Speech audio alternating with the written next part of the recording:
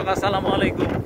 সুপ্রিয় দর্শক, আমি এই মুহূর্তে রয়েছি চট্টগ্রাম এলাকায়। দেখেন, আমাদের উত্তরবঙ্গে কোনো জমি কখনো খালি থাকে না, হয় ধান নাতে পাট নাতে বাদাম মরিচ থাকেই। আর আপনারা চট্টগ্রামে দেখেন বিঘা কি বিঘা জমি খালি পড়ে আছে, কোনো চাষ নাই, কিছু নাই। এই হচ্ছে চট্টগ্রামের অবস্থা।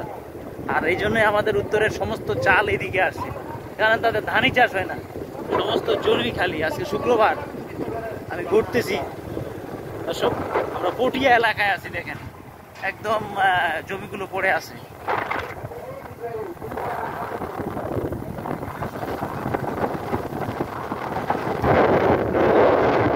আমাদের এলাকায় এগুলো সব এখন ধান চাষ হইতো, সোনা পাঁচ, সোনা ধান, গুটি ধান, হাইব্রিড ধান, এগুলো সব চাষ হইতো এই সিজনে।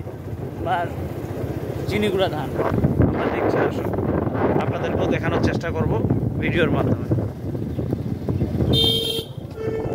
পরে সাইডে রিজার্ভ পাশে গলির ভিতরে